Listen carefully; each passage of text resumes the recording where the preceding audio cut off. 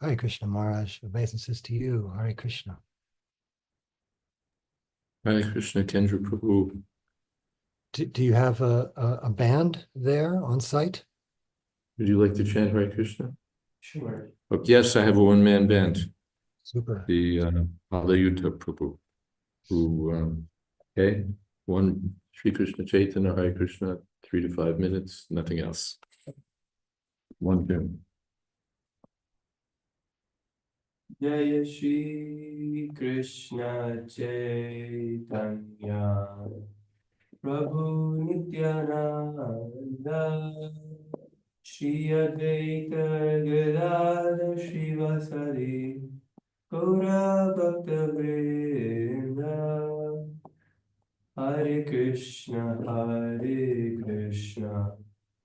Krishna Krishna Hare Hare Hare Rama Rama Rama Hare Hare Hare Krishna Krishna Krishna Hare Hare Hare Rama Rama Rama Hare Hare Hare Krishna Krishna Krishna Hare Hare Hare Rama Rama Rama Hare Hare Hare Krishna Krishna Krishna Hare Hare Hare Rama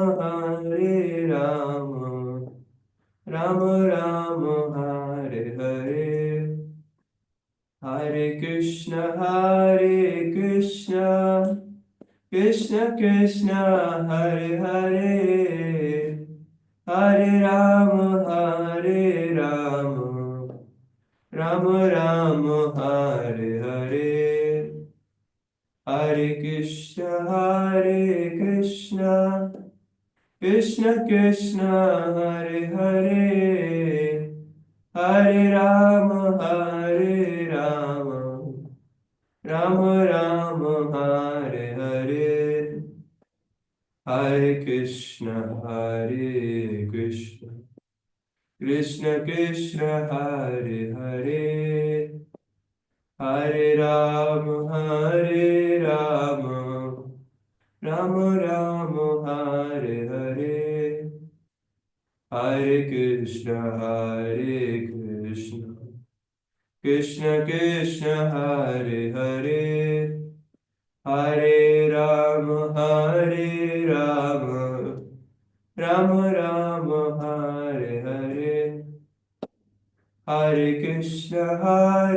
Krishna Krishna Krishna Hare Hare Hare Rama Rama Rama Hare Hare Hare Krishna Krishna Krishna Hare Hare Hare Rama Rama Rama Hare Hare Jai Om Vishnupad Paramahamsa Parivrajakacharya Ashto Tirusita Shri Srimad AC Bhakti Vedanta Swami Maharaj Prabhupada Ki Jai Ananta Koti Vaishnava Vrinda Ki Jai Namacharya Sridhar Haridas Thakur Ki Jai Prem Se Kaho Shri Krishna Chaitanya Prabhu Nityananda Shri Advaita Gadadhar Shivasadi Gaur Bhakta Vrinda Ki Jai Shri Shri Radha Krishna Gopinath Sham Kun Radha Kun Giri Govardhan Ki Jai Vrindavan Dham Ki Jai Navadip Dham Ki Jai Jagannath Puri Ki Jai Gangamai Ki Jai Jamanamai Ki Jai Tulsi Devi Ki Jai Bhakti Devi Ki Jai Samaveta Bhakta Vrinda Ki Jai. All glories to the assembled devotees. All glories to the assembled devotees. All glories to the assembled devotees. Gaur Premanande Hari Hari Bol. Hari Hari Bol. Thank you, Maharaj, and thank you, Halayuda Prabhu, for the kirtan.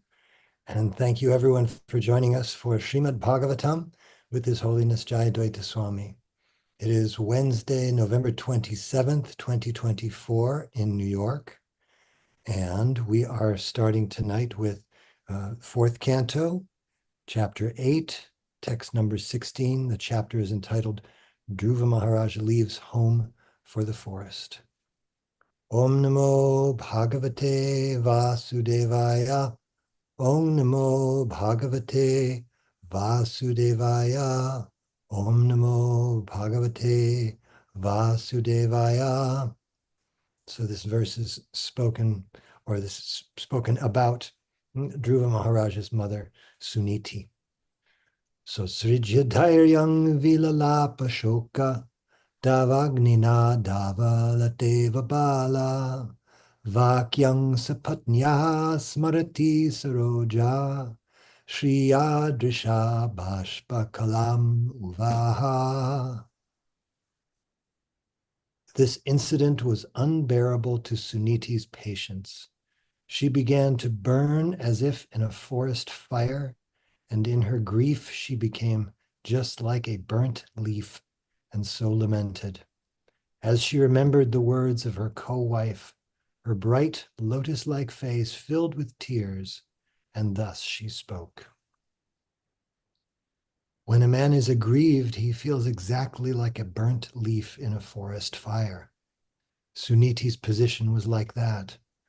Although her face was as beautiful as a lotus flower, it dried up because of the burning fire caused by the harsh words of her co-wife. Om Jnanatimirandhasya Jnananjana Shalokaya Chaksurun Militam Yena Tasmai Shri Gurave Namaha Vanchakalpatarubhyascha Kripa Sindhubhyevacha Patitanam Pavanebhyo Vaishnavebhyo Namo Namaha Shri Krishna Chaitanya Prabhu Nityananda Shri Advaita Gadadhar Shivasadi Gaur Bhaktivinoda Hare Krishna Krishna Krishna Hare Hare Hare Rama Rama Rama Hare Hare. I liked very much the metaphor used by, whether it was Maitreya Muni or Vyasadeva here, describing the condition of Dhruva's mother, Suniti.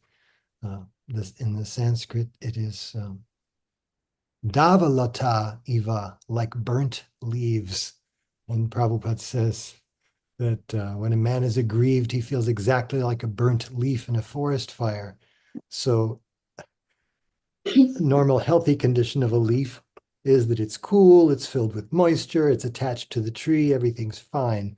The worst thing that could happen to a leaf, from the leaf's point of view, I suppose, is that it's cut off from the tree and burnt. And that's exactly what she feels like. And when Prabhupada says when a man is aggrieved, he feels like that he thought he was connected, everything was cool, the nourishment was coming, and then boom, everything changes. Heat, unbearable heat, and he's burnt. He's cut off from everything, and he's like practically dead. And that's exactly how it's described that she's feeling here. And I also thought it's very interesting, the description of the suffering that Dhruva and his mother both go through as a result of the harsh words of Suruchi, the queen's favorite wife. There, as we will read later on, Dhruva Maharaj is such a great devotee that he gets the Lord's darshan himself while in the self-same body before even growing to maturity. And Dhruva Maharaj's mother accompanies him on her own flower airplane and goes back to Godhead eventually.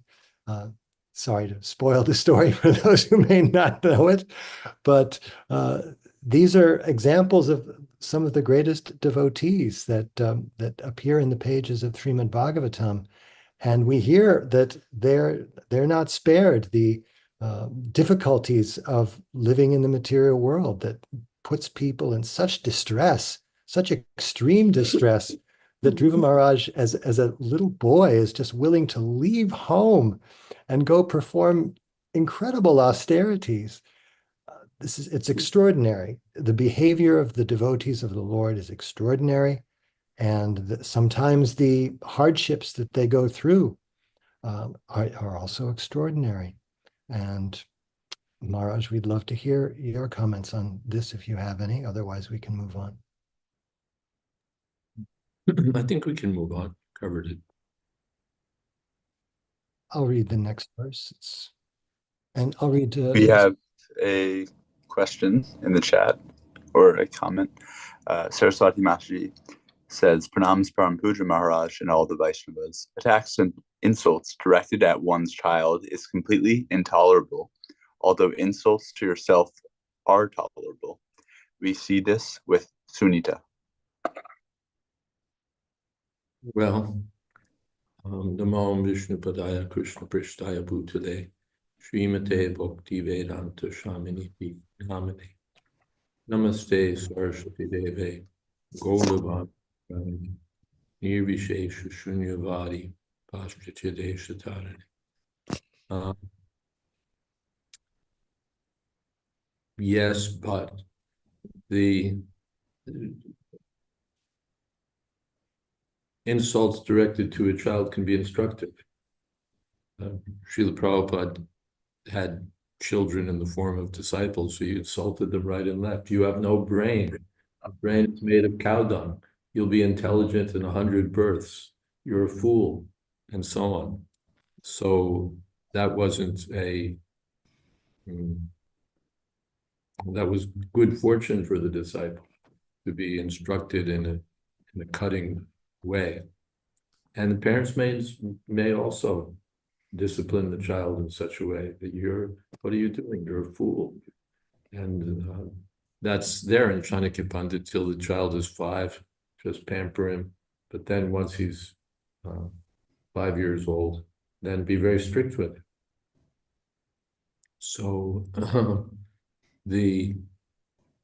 so insults, and I don't know what attacks are, but in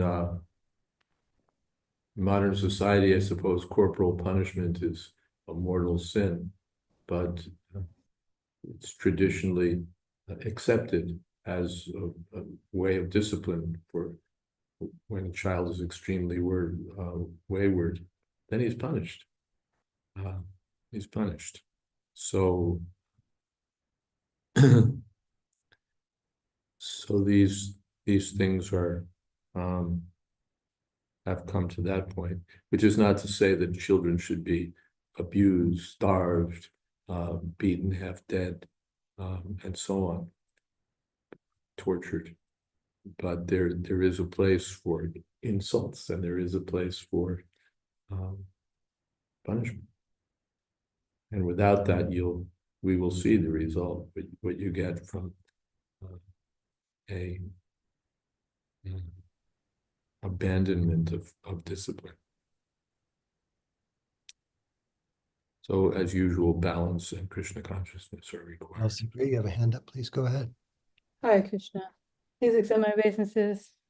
Jai Srila Prabhupada. I was thinking about this with corporal punishment. I saw some recent discussion lately about how criminals are dealt with in Singapore, and they were talking about they use corporal punishment.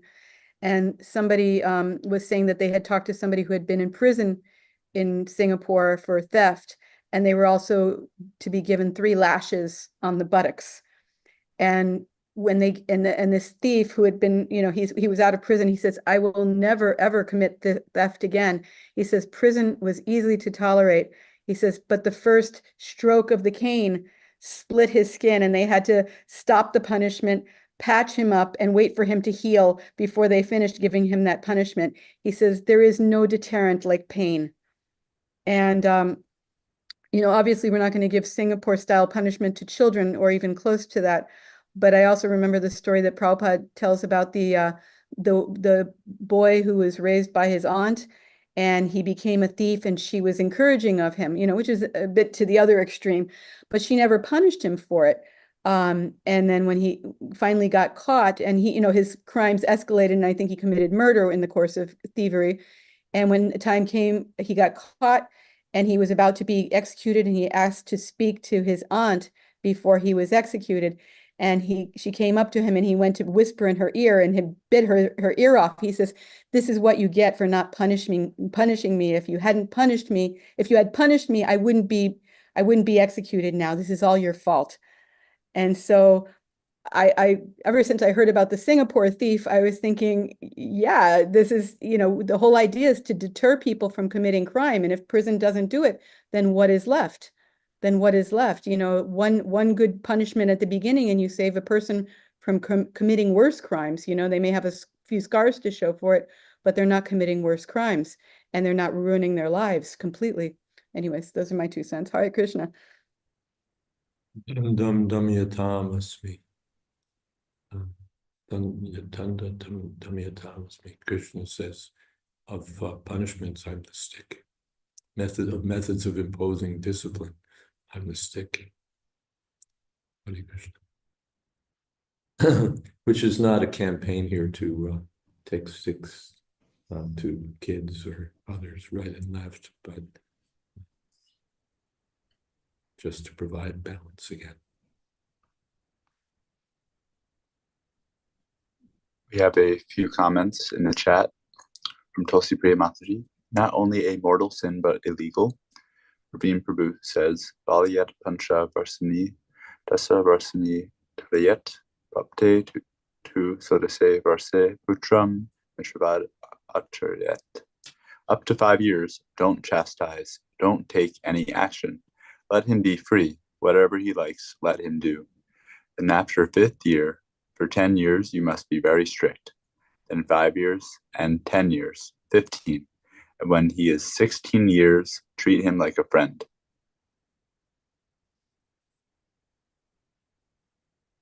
Panchatattva Prabhu says, sharp arrows which pierce one's chest and reach the heart do not cause as much suffering as the arrows of harsh, insulting words that become lodged within the heart when spoken by uncivilized men. Translation of Srimad Bhagavatam, 11:23, 3 by disciples of Srila Prabhupada.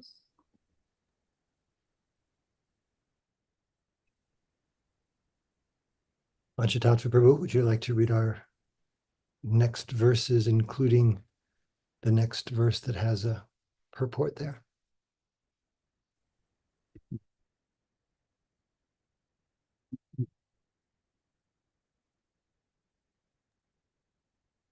Looks like we have one more comment first before we move on, actually. Yeah. Tulsi Priya Mataji says, I was referring more to criminals than to children. Srila Prabhupada told the Gurukula teachers to show the stick. Only when incorrigible by the threat of pain is the infliction of pain necessary.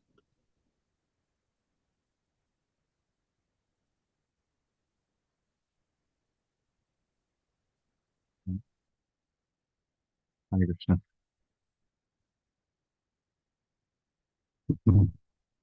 Dirgam Shvasanti Vijanasya Param Pashyati Balakam Ahabala Amangalam Tata Paresha Mangshta Bhunte Janoyat Paradhukadas Tat. Translation: she was also breathing very heavily, and she did not know the factual remedy for the situation, for the painful situation. Not finding any remedy, she said to her son, my dear son, don't wish for anything inauspicious for others. Anyone who inflicts pain upon others suffers himself from that pain.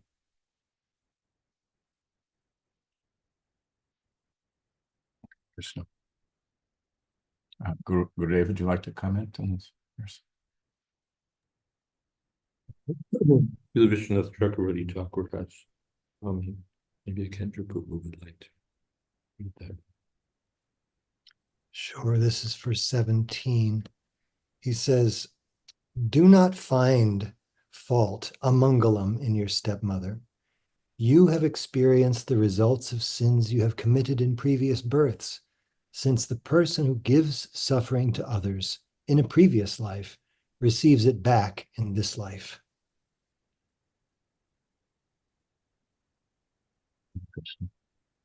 And then Prabhupada's taking a little different. Here he says, don't find fault among them, and Prabhupada takes it namsta amangalam. Don't desire something inauspicious. Amangalam means unfortunate, inauspicious. Don't desire misfortune for your stepmother. Don't be vengeful. Don't be have a retaliatory mentality. Otherwise, you'll have to suffer the results of that. And one who gives suffering to others receives it back. Prabhupada, there was one incident, one of our devotees, remind me, our tennis pro, Peter Burwash. Peter Burwash, yes, he met Prabhupada, and somehow devotees had cheated him of money, something along those lines. And Prabhupada also advised him at that time that not to be angry at the person delivering his karma. It's don't blame the person who delivers your karma. So as a result of my previous karma, I have to suffer. So why should I blame this person or that person? They're simply delivering. Shringi was forgiven. Of course, that was an elaborate arrangement, but the king didn't desire to retaliate against the child or against the Brahmins. He just took it, all right, this is my karma. Tate kumpam. What is that? Tate nukampam susamikshaman. One tolerates, all right, I should have gotten more, but this is, I've gotten this much, all right, let me accept it. Hare Krishna. Tulsi Priya, you have your hand up. Please go ahead. Hare Krishna. Oops. Sorry. My speaker is off. No, I don't need my speaker on. Anyways, so I seem to recall something that Prabhupada said, that if you slap your own face, can you blame your hand? And I always like that saying. I had a question though, Maharaj. The question is that suppose a devotee does some harm to another devotee, that is, let's say it involves some kind of legal infraction. What I have seen so much is that usually if a devotee does some sort of injury to another devotee and it involves something illegal, they don't go to the police or, file a lawsuit or anything like that. But neither do they accept that this is their karma. They'll badmouth the other devotee, or they try to get even somehow. And I was thinking, if somebody has done really something wrong with you, why not let the authorities deal with it? Then it's up to Krishna whether they get punished or not. But it seems like we want to try to take control of the punishment ourselves in some way.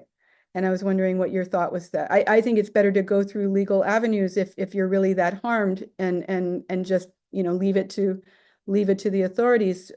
But I don't know. I don't know if that's the right way to think about it. I don't think I would pass a judgment on it. These are things where multiple considerations are involved, and those who are in the center of it have to decide. And for me to sit here and say, well, in a hypothetical case of this or that, or actual case of this or that, what you should do is this or that. Things have nuance, things have circumstances, and I wouldn't want to just sit here and say what people should do or shouldn't do in that sort of context. All right, thank you. I have one other You've question. got multiple devices, it sounds like, Tulsi Priya, because we're getting echo upon echo. Sorry. We're on two separate computers here, so we're jockeying with the speakers and the mics. So my question is that I had heard also once that it said that if, let's say, someone injures you, if you blame them and say, oh, they're going to get karma for that, you're going to have to share in that karma that they get, that you shouldn't even blame the other person or say that they're going to get karma for what they've done, because then you'll have to share in the karma. Do you know if that's correct? It's a question of one's realization also. The most highly realized persons see that Krishna's arrangement is working and everything is seen in that context. But of course, also it's a question of one's responsibility. King Parikshit didn't say to the cow, oh, it's your karma. He dealt strongly with the personality of Kali. So Arjuna didn't say to Karna, oh, it's, I understand you were just working out your karma when you wanted to insult Draupadi. So the intricacies, what is that? The intricacies of karma are hard to understand, and the intricacies, dharmasya tattvam nihitam guhaya. The intricacies of dharma, proper action, are exactly that, they're intricate. So we have to consider carefully and follow in the footsteps of the Mahajans. But we can say that there, in some circumstances, devotees and decision-making power don't get it. They look at something and they have some instead of drawing upon Shastra for their guide, and Shastra is complicated enough, but instead of drawing upon Shastra for their guide, they pull some slogan from the material world in terms of how we should deal with things. And then they're carried off into excess to the point of foolishness and cause genuine harm when they're trying to do something good. So at least that warning, I won't say what everyone should do in XYZ circumstances, but we should be guided by Shastra. Tasmat Shastra Pramante Karya Karya Vyavastita. We should be guided by Shastra and not by popular slogans or emotional, what's the word? Emotional excess, especially as manifested from the highest authority, that is to say, Facebook.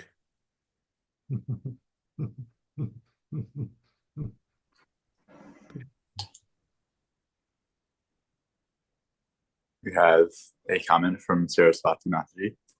Suniti's words about those who inflict pain upon others suffers from that same pain becomes prophetic, as Suruchi does suffer immensely.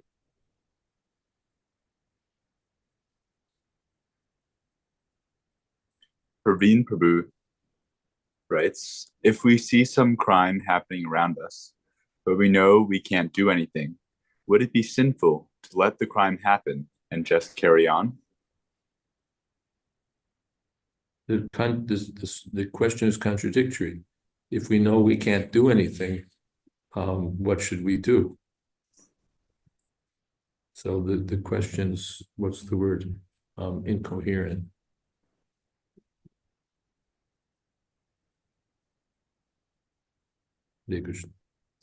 Vijay Krishna Prabhu writes, Dhruva Maharaj is a descendant of Svayambhuva Manu, and he is not an ordinary child because he was born of King Uttanapad and Queen Suniti. In other words, Dhruva Maharaj was a prince. My question is, how it was possible for Queen Suruchi to go to the extreme of thinking that she was the favorite of the king? Shouldn't we expect from a queen of the Vedic era a more chaste and less arrogant behavior?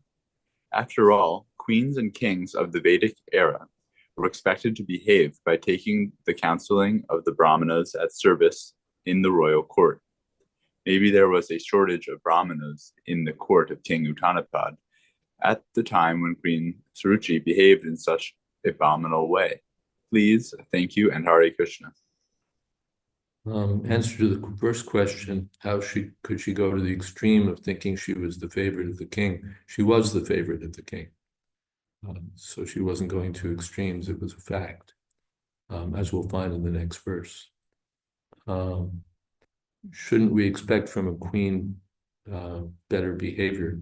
Well, Prabhupada comments in a previous verse that this is a frailty found in women, and Prabhupada said everywhere. So in the Vedic era or the higher planets or wherever, we found that in the dealings of Sati, that she knew everything and she was highly qualified. Still, I want to go to the sacrifice. I want to go to the sacrifice. It won't be good for you. No, I want to go. So Prabhupada again attributed that to the nature of women. So these tendencies are there everywhere.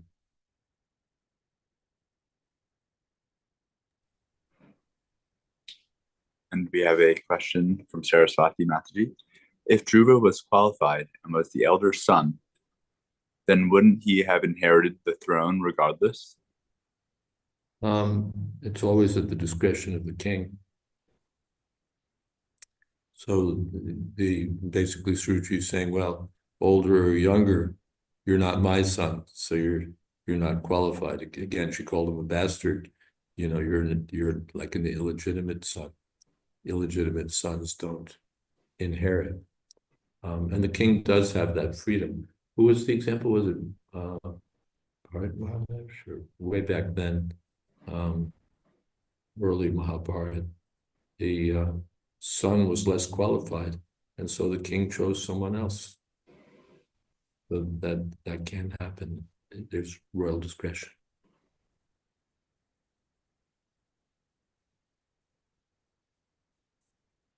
Praveen Prabhu asks, for example, we see some people abusing someone and we can't do much. So should we just leave the place? Well, if you can do something, you may. An example that I came across appears in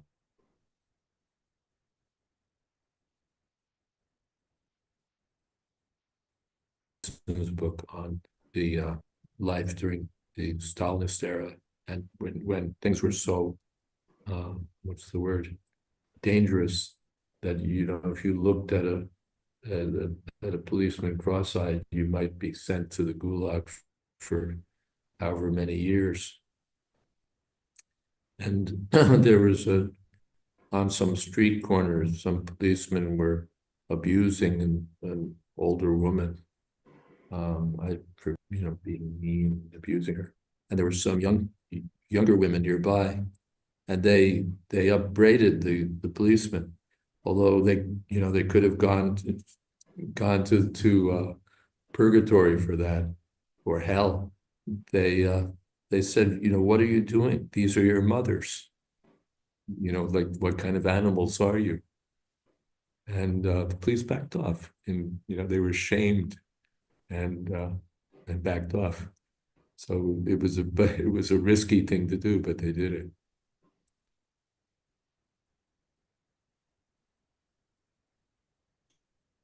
Tosi Brika Mataji writes, I would think that a queen would take counsel from the king, not from a brahmana, since the husband is her direct authority. I would think that a queen might take counsel from her emotions.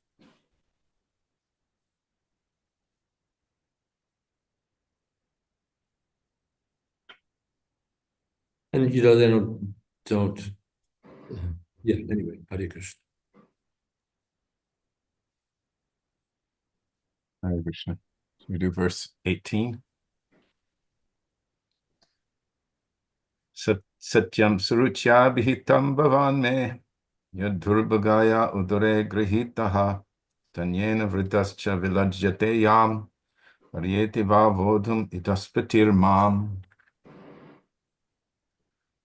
Suniti said, "My dear boy, whatever has been spoken by Suruchi is so, because the king, your father, does not consider me his wife or even his maidservant.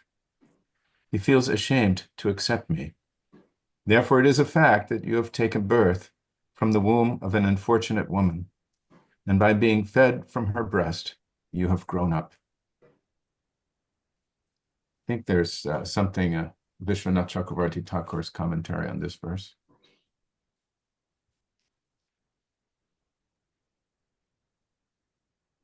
Should I read it? I'll read it if it's okay. Okay, go ahead. Go ahead. He says, You got the echo going.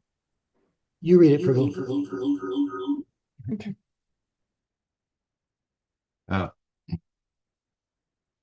To be held in my womb is itself a misfortune for you. He is ashamed to accept me as his wife. He does not think of me as his wife. He does not care to accept the burden of protecting and caring for me. He thinks I'm unsuitable to be his wife. The word va, or, indicates that he does not even think of me as his servant. Any comments? Gurudev. Satyam. It's a fact. It may be painful to hear, but it's a fact. What your stepmother has said is true. Satyam. And there's more truth, actually, as we'll find in the words of Suruchi. Hare Krishna. Text 19. Tulsi Priya, you have a hand up, please go ahead. Maharaj, you can tell me if I'm going too far afield, but I was just wondering, was she completely abandoned by the king? And if so, is that the king's right to just completely abandon a wife? And I guess the son wasn't completely abandoned since he was in the palace, but I'm just wondering if that's an adharmic act on the part of the king, or if a king can just do whatever he wants and no one can protest. There isn't an indication that he abandoned her entirely, but obviously she was in disfavor. And again, the king he's the king. He's the top man of the government. So even if he's a rogue, King Vena he could do what he wanted till finally the Brahmins, no, this is too much. This is too much. But otherwise, the king has authority. So he's supposed to use that authority properly. And that's what happens. We give authority to someone, and we expect that the person will use the authority properly. And we may sometimes agree with what he does, we may sometimes disagree with what he does, but as long as he's within the broad range of his authority, we accept, all right, he's the authority. But if he becomes egregiously opposed to religious principles, then he deserves to be removed. And those who are in a position to remove him, the Brahmins in the case of King Vena, they remove him. No, you were put there to act as the representative of God. You have to follow religious principles. You can't do anything and everything. And so even though you've done some good, you've made the thieves and dacoits fearful. So that, okay, that's your credit, but you've gone too far. Now you want to be worshipped as God. You want to stop all Brahminical activities. So no, that's too much.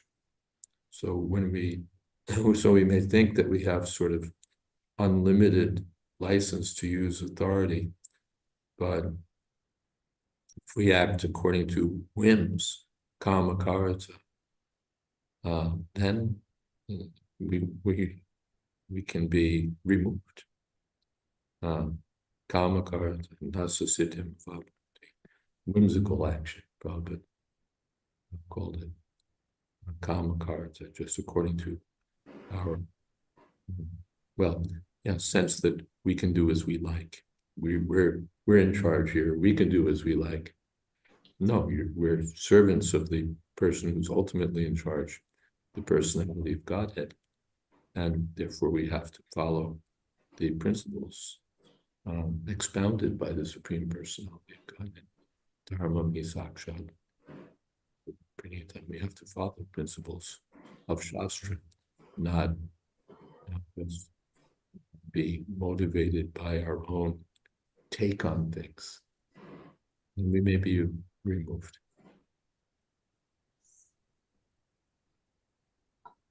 Saraswati Masterji writes, SP favored monarchy over democracy, but we see many kings abuse powers too, which hurts citizens. Kings and presidents. It's not that abuse of power is somehow the unique prerogative of dictators or kings. It's also employed by democratically elected heads of state, or sometimes far worse. If I'm not wrong, Singapore is autocratic. Seems to me they don't elect their head of state. I may be wrong. And it's very well run. There are kingdoms that are very well run. They're in the Middle East. They're, as much as they may be bad in the American press, you have safety of person and property, and in general, extremely well-run government, in which there's extremely well-run government, which I would take any day over, like, I could think, I won't mention which continent or which country, but there are places where so-called democratically elected regime is just a band of thugs. So in Kali Yuga, everybody can be bad. Dasyu prayeshu rajashu. In Kali Yuga, the rajas, the kings, were, Prabhupada said, heads of state, like plunderers. Tax, and distributing the tax among their friends. So in Kali Yuga, everything's bad. Everything's contaminated or polluted. Hare Krishna. Tosi Priya Mataji writes, thank you, Maharaj. Panchatattva Prabhu writes, the little dogs elect the big dog. And Saraswati Mataji writes, thank you.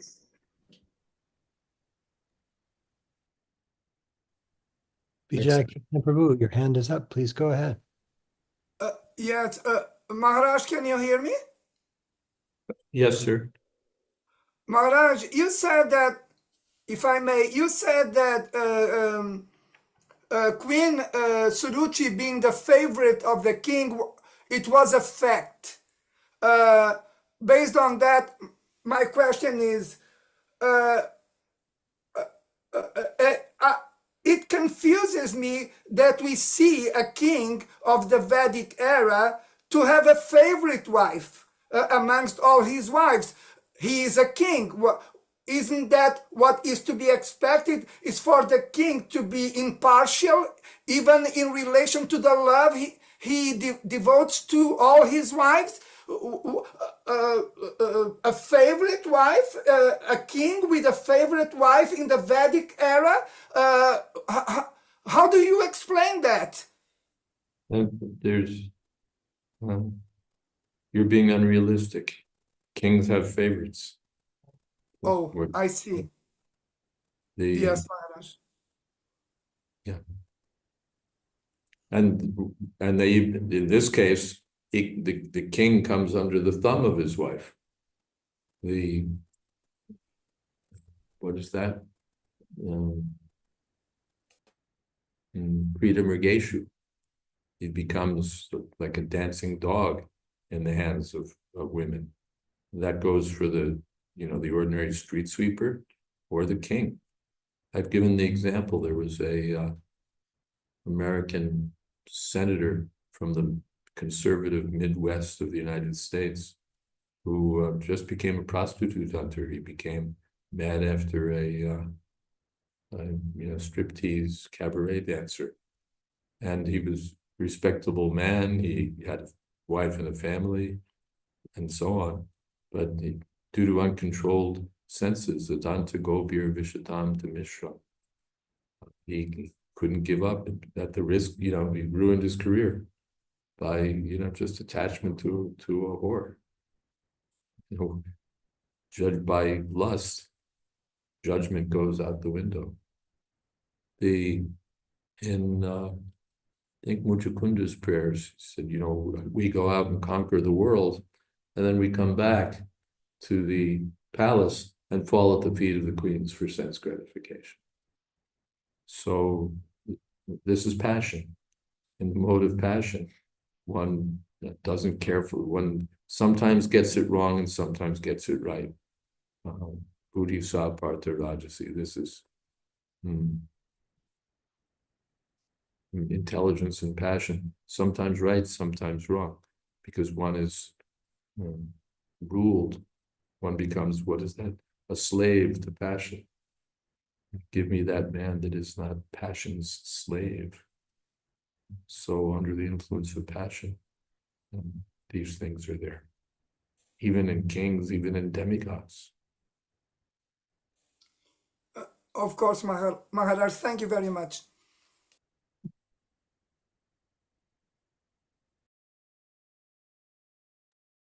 Text 19. Atishta tattata vimatsarastvam uktam samatrapi yad avyalikam radayad huksaja pada padmam yadichchase dhyasanam uttamo yata. My dear boy, whatever has been spoken by Suruchi, your stepmother, although very harsh to hear, is factual. Therefore, if you desire at all to sit on the same throne as your stepbrother Uttama, then give up your envious attitude and immediately try to execute the instructions of your stepmother. Without further delay, you must engage yourself in worshiping the lotus feet of the Supreme Personality of Godhead.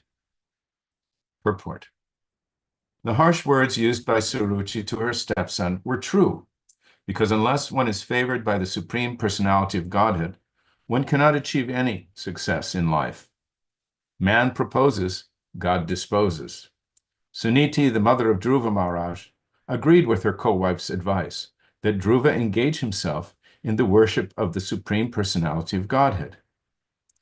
Indirectly, the words of Suruchi were a benediction for Dhruva Maharaj, for because of the influence of his stepmother's words, he became a great devotee.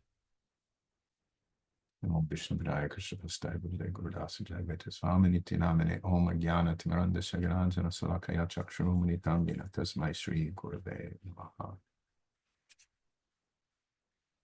This reminds me of the saying that one should, but it's a Chanukya Pandit saying, I don't remember all of it, but one should be ready to accept gold from a filthy place. If there's something of value, I'm reminded that early in Srila Prabhupada's pastimes in the West, he was having some serious health problems, and he saw a doctor. And of course, the doctor recommended some inappropriate things for a Vaishnava, but he said he should walk every day. And Srila Prabhupada took that part and said, yes, I will do it. From then on, every day he would take a walk, a morning walk. And this way he incorporated the good advice from a person who would have otherwise given some poor advice. And here, I mean, Suruchi has said things like you have to engage in the worship of the personality of God, and then you have to take, so that you can die and take birth from my womb, and then you'll have an opportunity. I mean, parts of that are completely outrageous, but the fact that she advised him to worship Lord Narayan was very good advice. It just came from a strange place. And the mark of the wisdom of Suniti and the unfortunate position of her husband, Maharishi Tanapat, who could not see the wisdom of this woman, is that she gave her son, she reinforced this advice, even though it came from a person who was her practically, presenting herself as an enemy, trying to push her away, put her down, speak of her in ill ways, speak of her son in ill ways. She found that kernel of good advice and said, yes, you should do this. This is actually true. This is very good for you. Do this. Hare Krishna. Gurudev, would you like to say something? Again, yes, it's true. It's true that I'm not the king's favorite, and it's true that the person that can help you is the Supreme Personality of Godhead. So it may not be comfortable. These may not have been comfortable words to hear. It may have been heart-piercing, but it's true. Hare Krishna.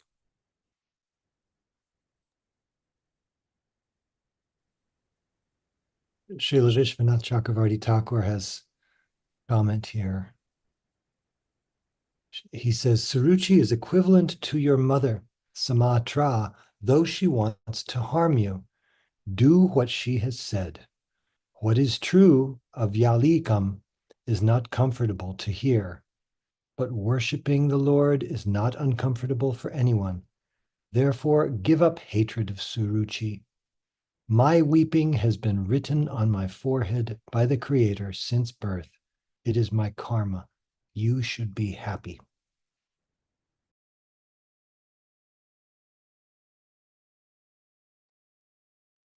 And Tulsi Priya, you have, Maharaj, please go ahead.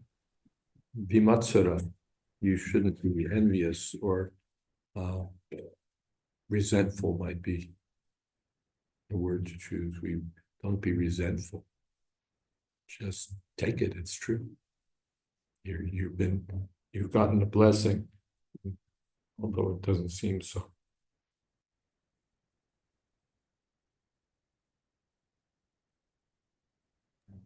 Hare Krishna. What strikes me is she has this radical acceptance of reality. And people, I used to think of her as somebody who is sort of passive, oh, I'm not the favorite. Oh, I'm just crying. Oh, I can't do anything to help you. But she looks at the situation and she sees it exactly for what it is. And when you're in a helpless condition that you can do nothing for yourself at all, then what you do is you surrender to the Lord and you ask for his help. And even if you can do something for yourself, you should surrender to the Lord and ask for his help.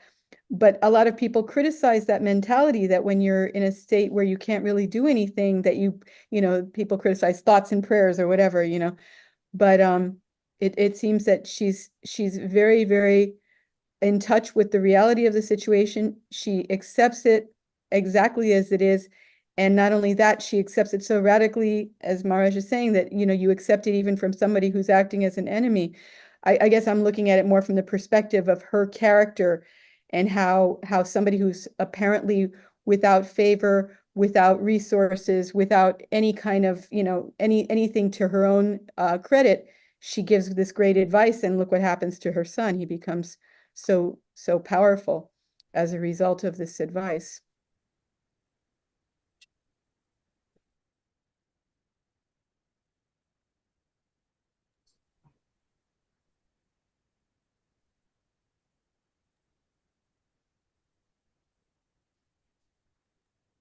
Yoganananda Master writes, an example not to offend anyone. You never know who will become a pure devotee.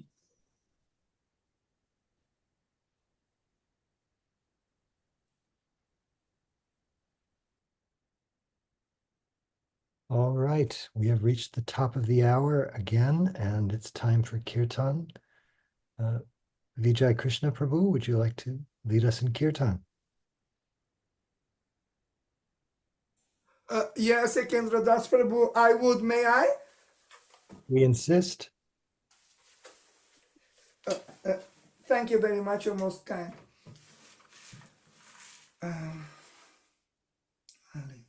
Hare Krishna, Krishna Krishna, Hare Hare, Hare Rama, Rama Rama, Hare Hare, Hare Krishna, Krishna Krishna, Hare Hare, Hare Rama, Rama Rama, Hare Hare, Hare Krishna,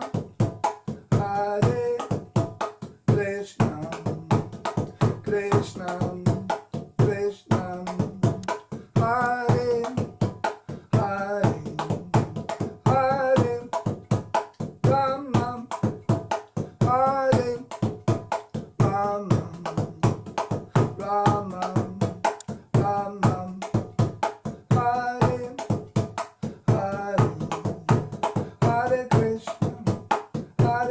Krishna, Krishna Krishna, Hare Hare, Hare Rama, Rama Rama, Hare Hare, Hare Krishna, Krishna Krishna, Hare Hare, Hare Rama, Rama Rama, Hare Hare,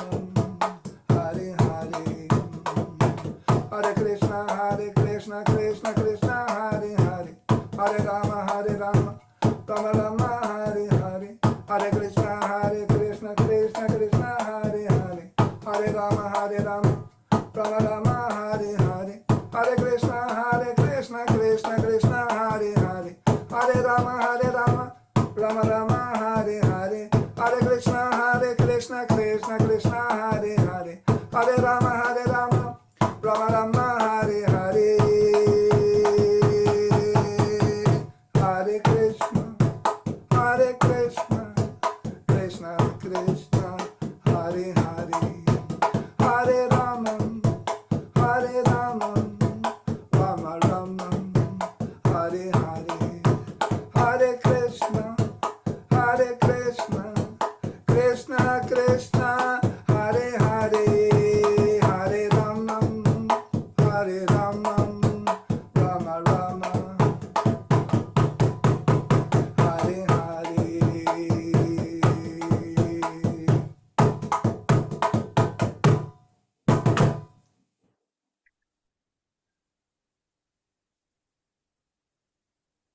Jai Om Vishnupad Paramahansa Paripurajaka Stotra Shri Srimad A.C. Bhakti Vedanta Swami Raj Prabhupada Ki Jai, Anand Koti Vaishnava Vrinda Ki Jai, Nam Acharya Shri Haridas Thakur Ki Jai, Prem Se Kaho Shri Krishna Chaitanya Prabhu Nityananda, Shri Advaita Gadadhar Shivasadi Gaur Bhakta Vrinda Ki Jai, Sri Sri Radha Krishna Gop Gopinath Sham Kunda Radha Kunda Giri Govardhan Ki Jai, Vrindavan Dham Ki Jai, Navadip Dham Ki Jai, Jagannath Puri Ki Jai, Ganga Mai Ki Jai, Jamuna Mai Ki Jai, Tulsi Devi Ki Jai, Bharati Devi Ki Jai, Samaveta Bhakta Vrinda Ki Jai.